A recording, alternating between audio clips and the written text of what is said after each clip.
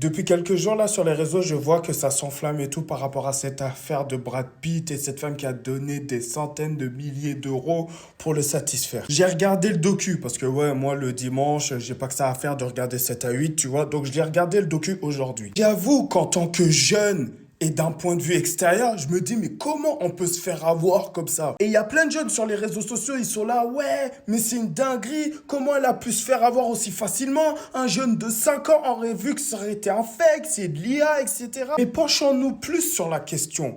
Parce que oui, nous, les jeunes d'aujourd'hui et les jeunes de la future génération, etc., on connaît l'IA, on connaît les bienfaits et les malfaits de ce truc. Mais prenez un peu de recul.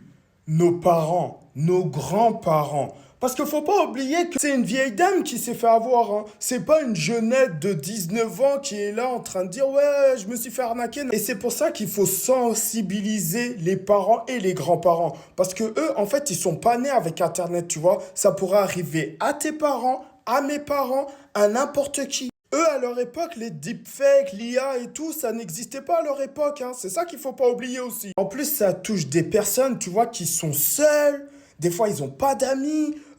Leur mari ou leur femme, elle est décédée, etc. Donc, ces gens-là s'attaquent à la solitude de ces personnes comme faiblesse pour les attraper, tu vois.